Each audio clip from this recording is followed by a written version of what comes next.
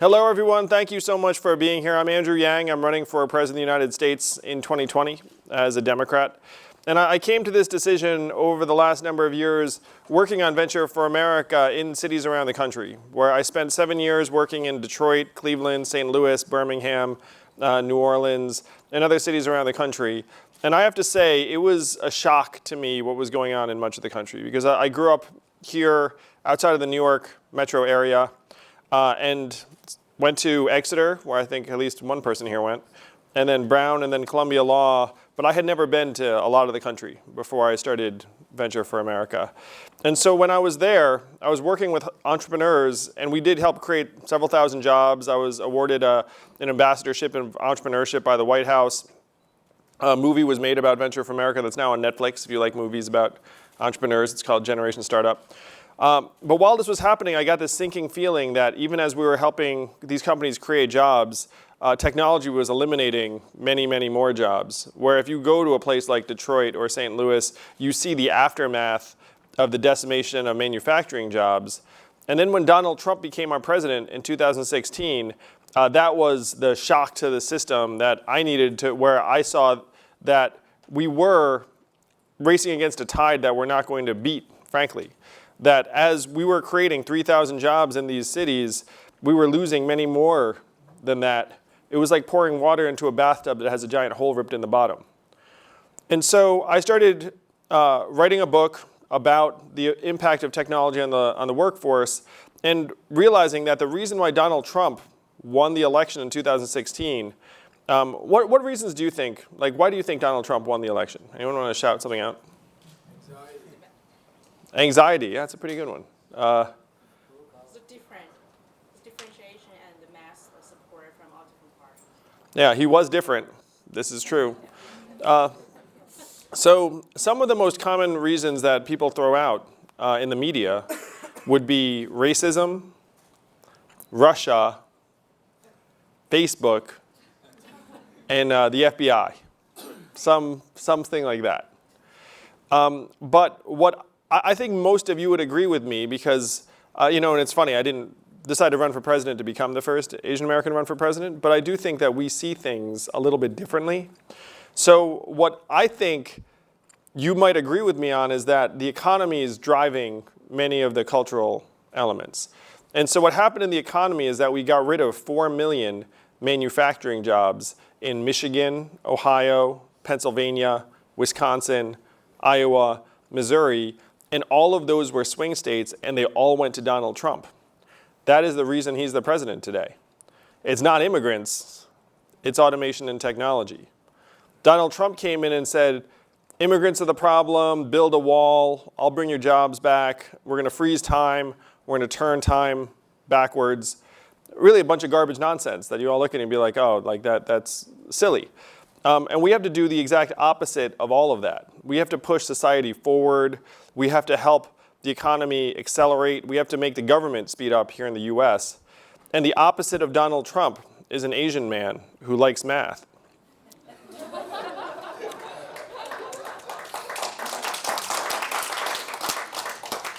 So I was figuring all this out, and I have many friends in technology in Silicon Valley.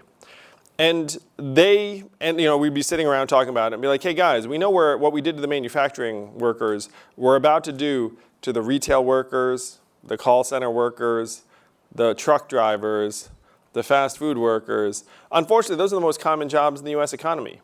What proportion of Americans graduate from college? 30%. Yeah, it's 32%.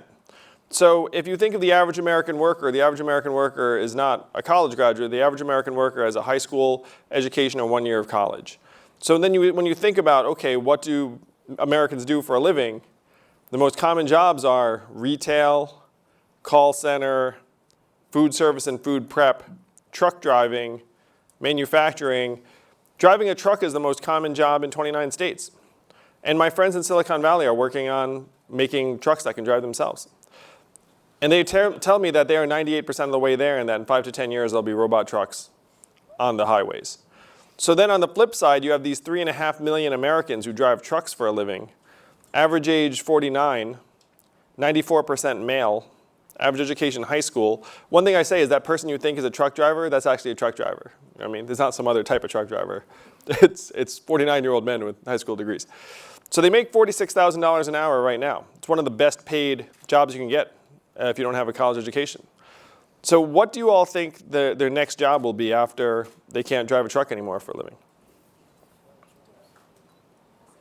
It's rhetorical because no one knows. No one knows what that job's going to be. And so then when I went to Washington, D.C., and said, guys, we're in the third inning of the greatest economic and technological transformation in the history of the world. What are we going to do about it? There's like no response among anyone in Washington about this. The only sane sounding response is we're going to educate and retrain Americans for the jobs of the future. That sounds almost reasonable. And then I said, guys, I looked at the studies as to how effective government-funded retraining programs are at retraining displaced workers. Do you all want to guess how effective those programs are on a percentage basis? You're smiling and laughing because you know the number is going to be really low. Like, what do you all think that number is? What percentage effectiveness do you think federally funded retraining programs actually have? 1, 5, 23. Yeah, it's about right. It's like 0 to 15%. Yeah. And fewer than 10% of workers qualify for retraining programs anyway. It's not like when a mall closes, there's an army of government officials being like, we're here to retrain you. Like, that doesn't actually happen. As the mall closes, they all go home. So when I said this to the folks in Washington, I said, guys, that's not an actual plan because we're terrible at it. And we don't even really try to do it at scale. And then they're like, well, I don't know what to tell you because that's my talking point. This has been a great meeting. Good luck, and the rest of it. So I was like, oh my gosh, is this country so out to lunch that its leaders cannot even acknowledge the fact that we're in the third inning of the greatest economic and technological transformation in human history? Yes, it is that out to lunch. And our leaders are that out to lunch. They're like fighting over things from the 60s and 70s. And so I said, oh my gosh, this country really, really needs a wake-up call. This country is fighting over nonsense while the most common jobs are about to disappear. And I learned this, again, by working for 7 years in the Midwest and the South. And so now I'm running for president to help wake America up to this reality. Say it is not immigrants, it is technology. We can't reverse time, we can only go forward. So I know I'm here to talk a little bit about Asian Americans and US politics, and I am the first Asian American man to run for president in the history of the country as a Democrat. That's an applause line, come on, a little love. And so I've learned a lot about what that means. So a little bit about me. And my parents immigrated to this country in the 60s and met at Berkeley and met in graduate school and got together. Anyone here go to Berkeley? I'm sure there might be someone here, no? Yeah, you're nodding. So then my father then got a job at GE, and so I was born in Schenectady, New York, upstate. And my father was a physicist who generated 69 US patents over his career for GE and IBM. And so I tell people, it's like immigrants are really good because immigrants come over and get things done. And like my father generated 69 patents for American companies. That's a win, I would say, for the US. So I grew up in upstate New York and then went to some of the schools that you all went to.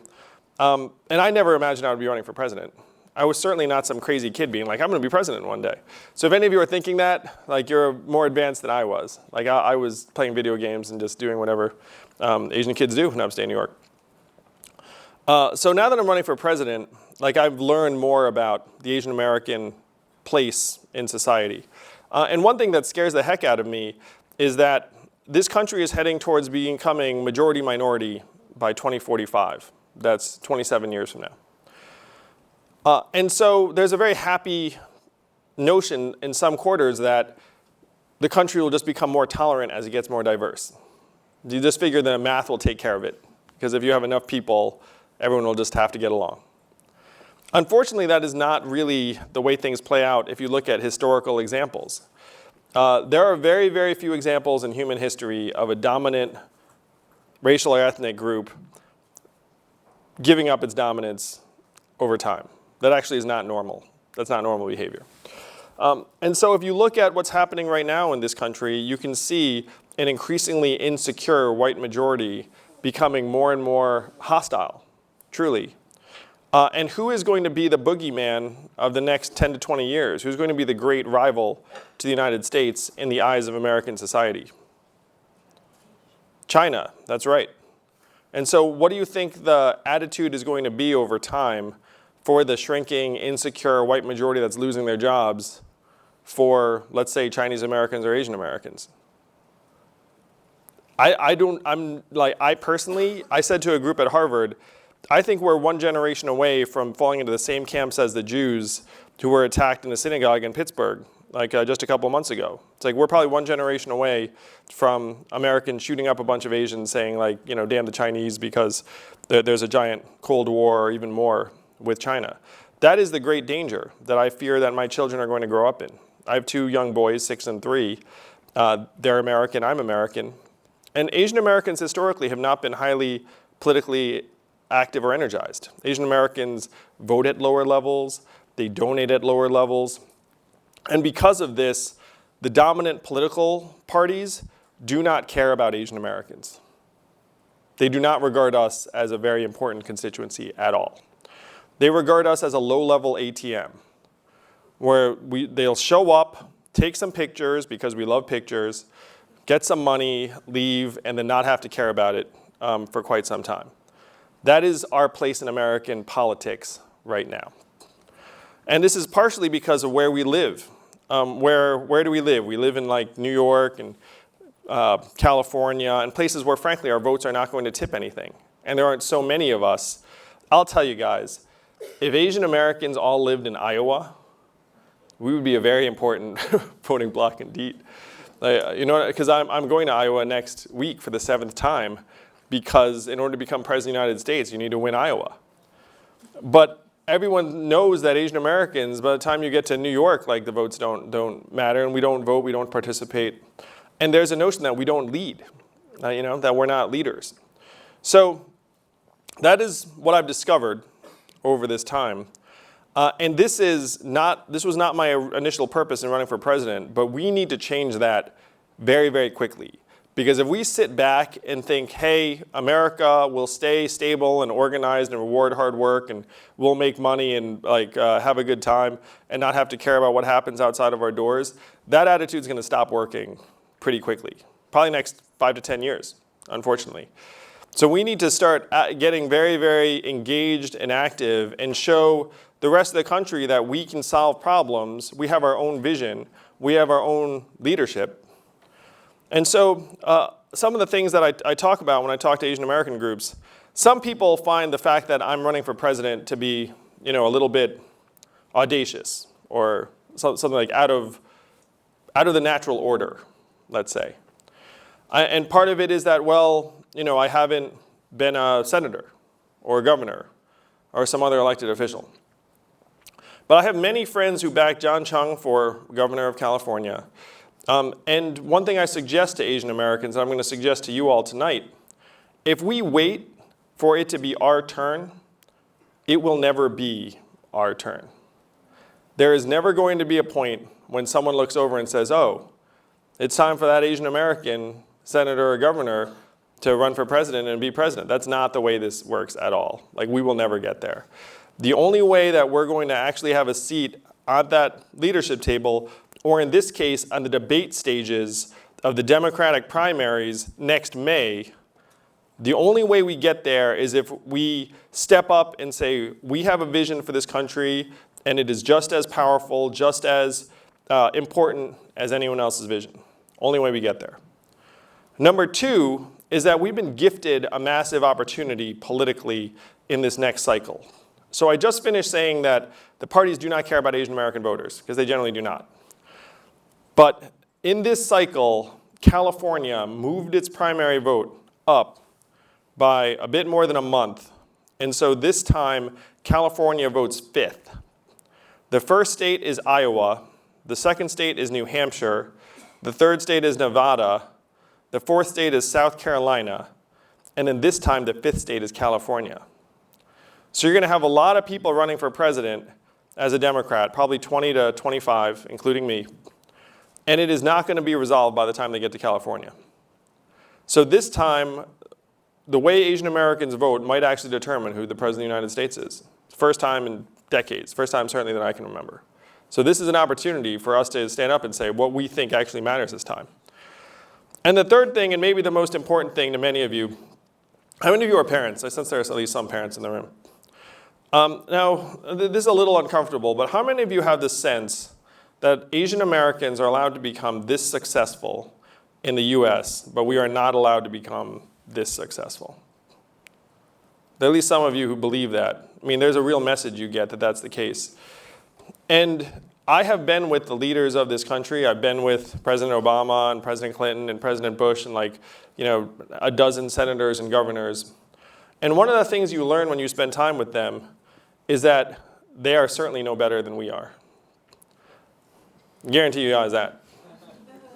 That we are every bit as smart, certainly every bit as hardworking, every bit as innovative, every bit as patriotic, and every bit as loving as any other American. And that is what I'm going to demonstrate on the path to the presidency in 2021. Well, that's when you get sworn in. You win in 2020, then you get sworn in 2021. And one joke I like to tell for Asian Americans is that we're going to make the White House the Gold House. So thank you all very, very much. Would love to take some questions, but feel really glad to be here with people who are definitely exceptionally politically engaged in this community. So thank you all very much.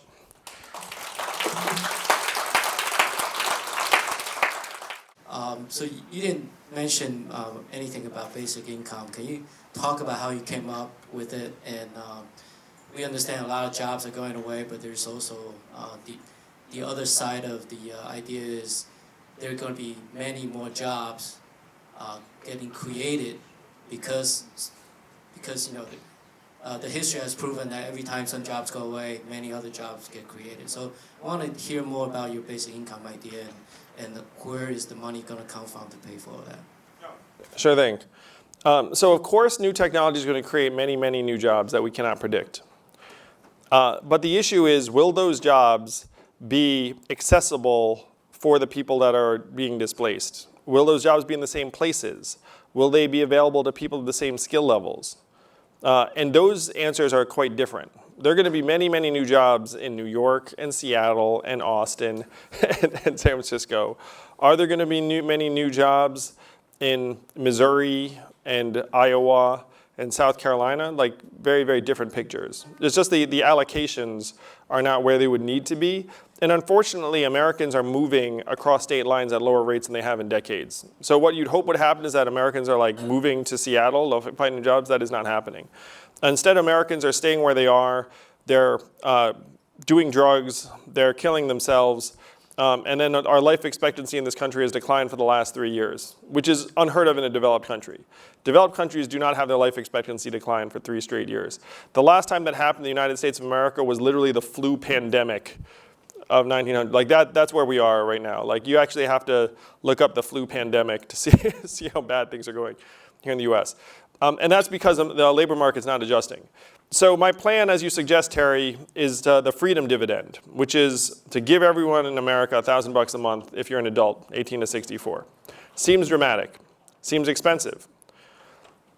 But I've dug into the numbers, and it's actually much more affordable than you would think, in part because Americans are already spending about $800 billion on 126 welfare programs. It's highly inefficient, very bad incentives attached to them. The big change you would need to make in order to pay for this freedom dividend, and I call it the freedom dividend because it tests much better with Americans with the word freedom in it, is that who are going to be the major winners from artificial intelligence and robotics and autonomous vehicles? Like, who are going to be the big winners? Yeah, which ones? Amazon, Google. The biggest tech companies, that's right. So it's Amazon, Google, Facebook, Uber, et cetera. Now, the trap that America's in is that those companies don't pay a lot of taxes. Amazon's move is to say, didn't make any money this quarter, no taxes. Google's big move is to say it all went through Ireland, no taxes in the US. And so the trap the American public is in is that these companies are going to soak up more and more work and more value, and the public's going to see less and less of it. So what we have to do in America is we have to join every other industrialized economy, including Europe, including China, like all the major countries already have a value-added tax. And a value-added tax would give the American public a sliver of every Amazon transaction, every Google search. And because the American economy is so vast at $19 trillion, up $4 trillion in the last 10 years, a value-added tax at even half the European level would generate more than $800 billion in new revenue. So that $800 billion, plus a majority of the $800 billion we already spend on existing welfare programs, plus the fact that you'd be dramatically enhancing the consumer economy. How many of you have heard this stat that 57% of Americans can't afford an unexpected $500 bill? You guys heard that? You've heard that, right? And what did you think when you saw that? I didn't find it surprising. You didn't find it surprising? Because Americans are not known for their saving habits. Yes. Well, one of the problems, too, is that their income volatility is up to very high levels. So they're having a hard time planning and budgeting. So if you put $1,000 in their hands, they're going to spend it. It's going to increase the size of the consumer economy. And then the government gets back about 25% of that in new revenue. It's going to create 4 million jobs, going to create many, many new companies. So you get some returns on that. And then you also save hundreds of billions on healthcare, incarceration, homelessness services, and you make your population healthier, mentally healthier, higher educated, higher graduation rates. So you add it all up, and you end up with about $2.4 trillion on both sides of the ledger. So this thing ends up being deficit neutral if you pass a value-added tax to harness the gains of new technology. It also has the major benefit of helping ease us through this incredible historic transition. Because one of the brutal facts about America is that we're the most heavily armed society in the history of the world. There are 300 million guns in this country. And we kind of know who owns most of them. And so if you don't have something like a basic income, you're going to end up with a really, really incredibly dark, violent, tumultuous time. And so this, I speak to CEOs about this, and I say, like, this is very pro-capitalist and pro-consumer because it helps the market transition from this stage to the next stage. So yeah, thank you again for coming. I've got two questions actually, both based on the speech you just gave. When you first talked about manufacturing jobs kind of leaving the U.S., do you think that the U.S. can do something similar to what Germany and what Japan might currently do, which is resist the technological change you talk about?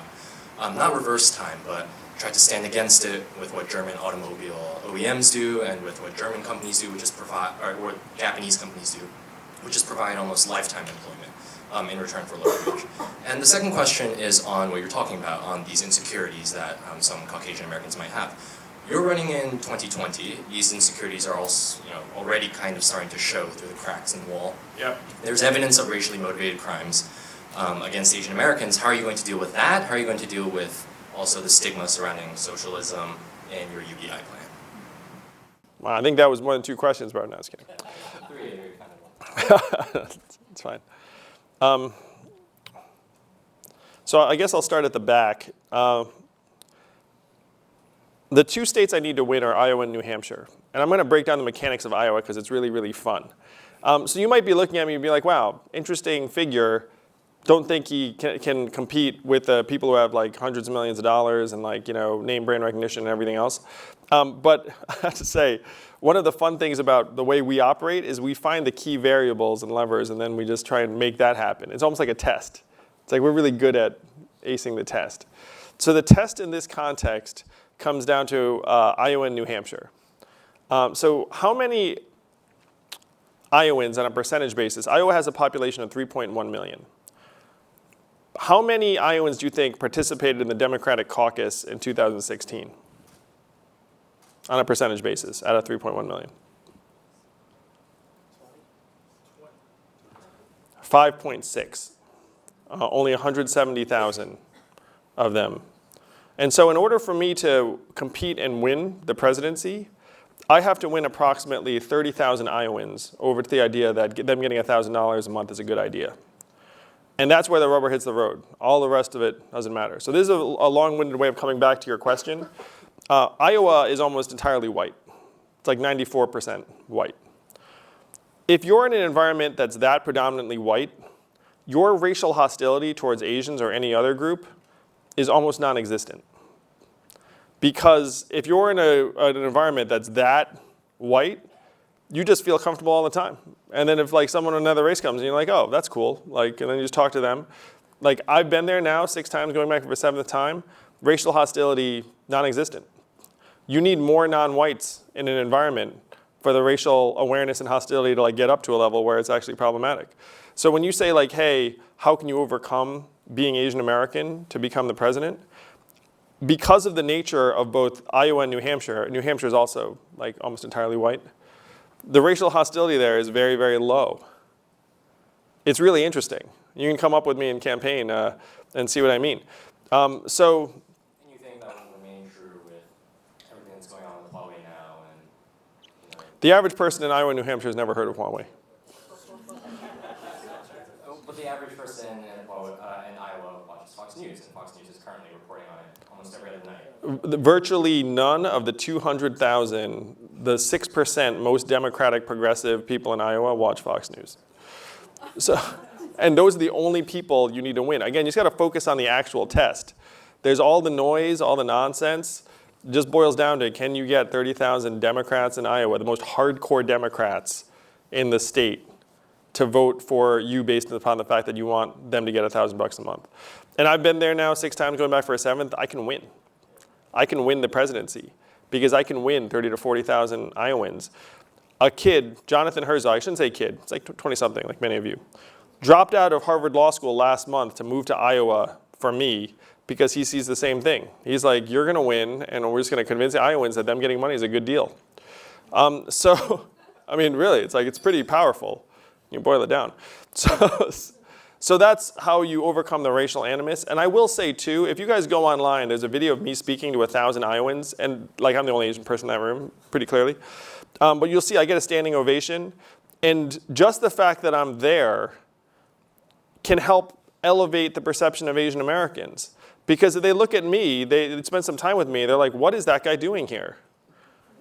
You know, and then it's like, he's either crazy or he's here to help. And then after you hang out with me for a little while, it's like they rule out crazy. And they're like, oh, this person's actually here to help. Like, I actually think that I'm improving their perception of Asian Americans just by being there. And that's one of the virtues of my run for the presidency. So that's a very long-winded way of answering the second part of your 2-part question. The first question, can you remind me? Yeah, it's whether or not we can resist the change. Yeah, whether or not we can resist the change. So I'm a huge admirer of the German system for many reasons. So the big change that the US could make, that the Germans have already made, that have helped create many, many jobs that are steady and stable, is that they've invested in a massive apprenticeship and technical and vocational track where 59% of German high school students have some degree of technical training in high school. In the United States of America, that percentage is 6%. We're at a very, very small fraction of it. We have unfortunately stigmatized that form of labor. We've said, go to college, everyone go to college is the jam, and it's been a disaster. Where the college completion rate in the United States is down to 59%, indebtedness is sky high. You have all these kids going to college who should not be going to college in this country.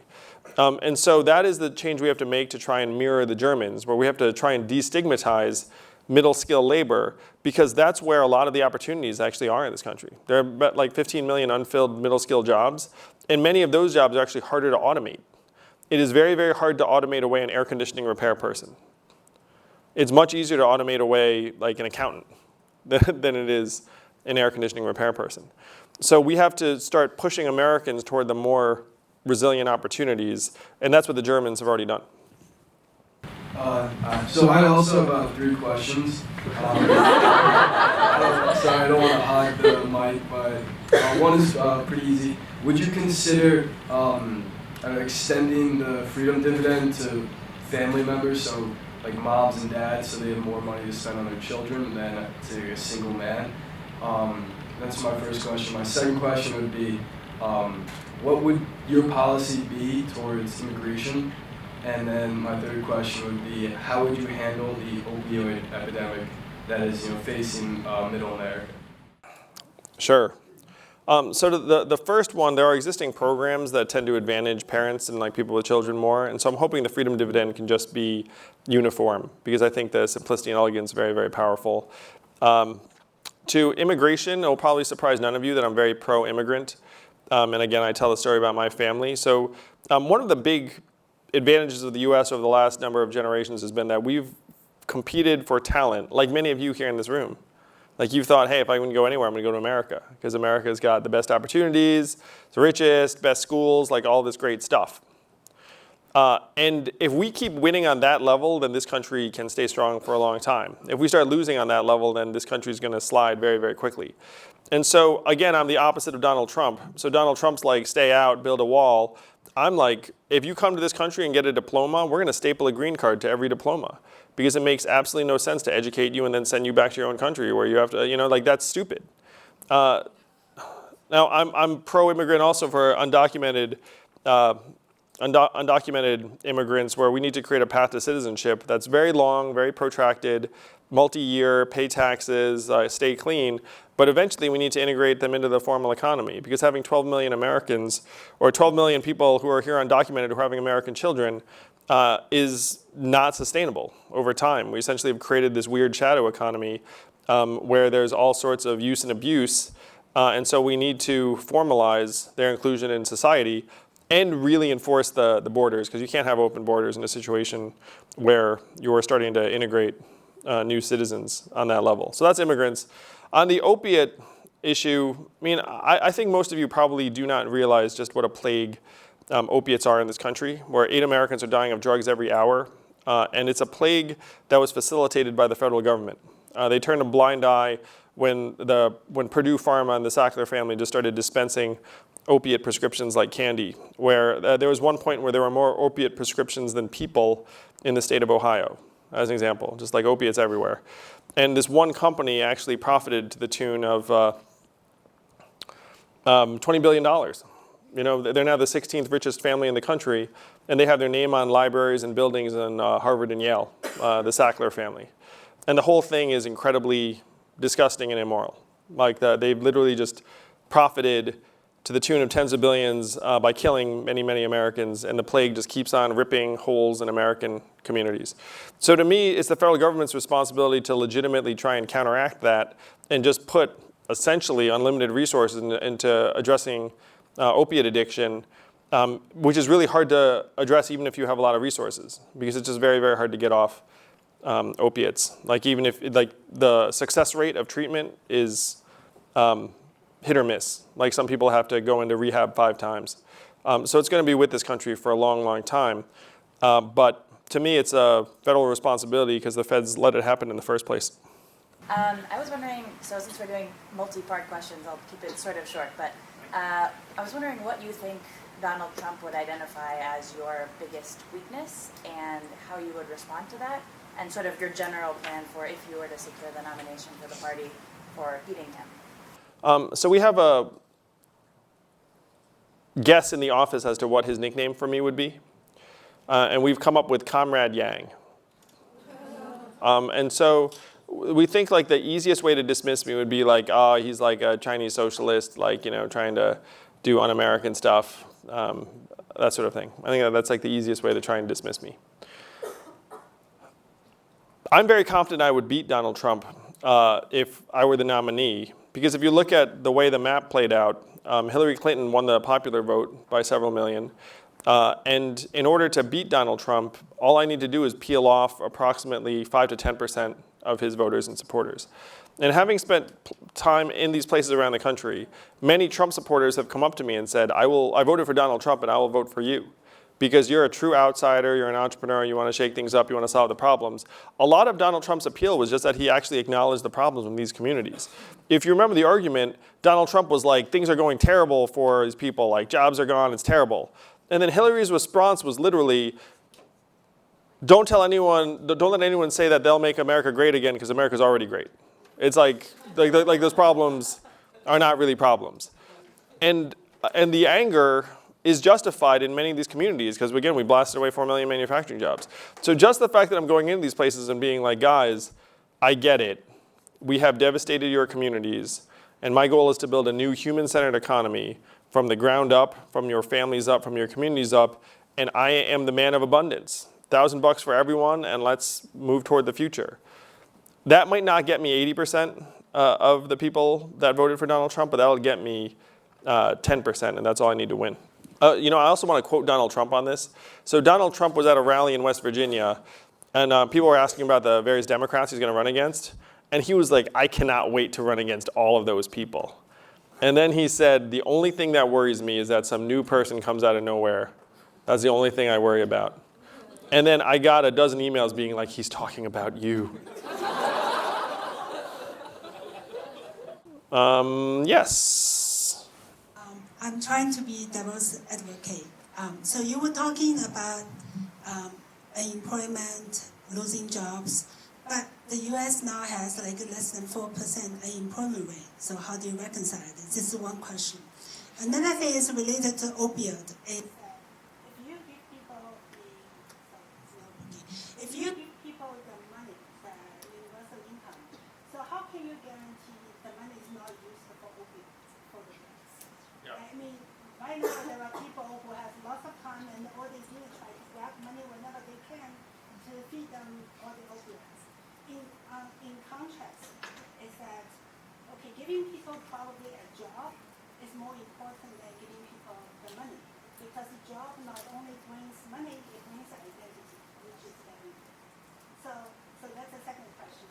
The third one is so giving people is only one thing, but the social network securities has more to do with the healthcare. So it's like lots of people live on healthcare, on the social security, and now you give them extra money, income. So that is like a huge deficit on the budget. So that's a third. No. Let's see if I remember. I always remember the last one because it's the easiest.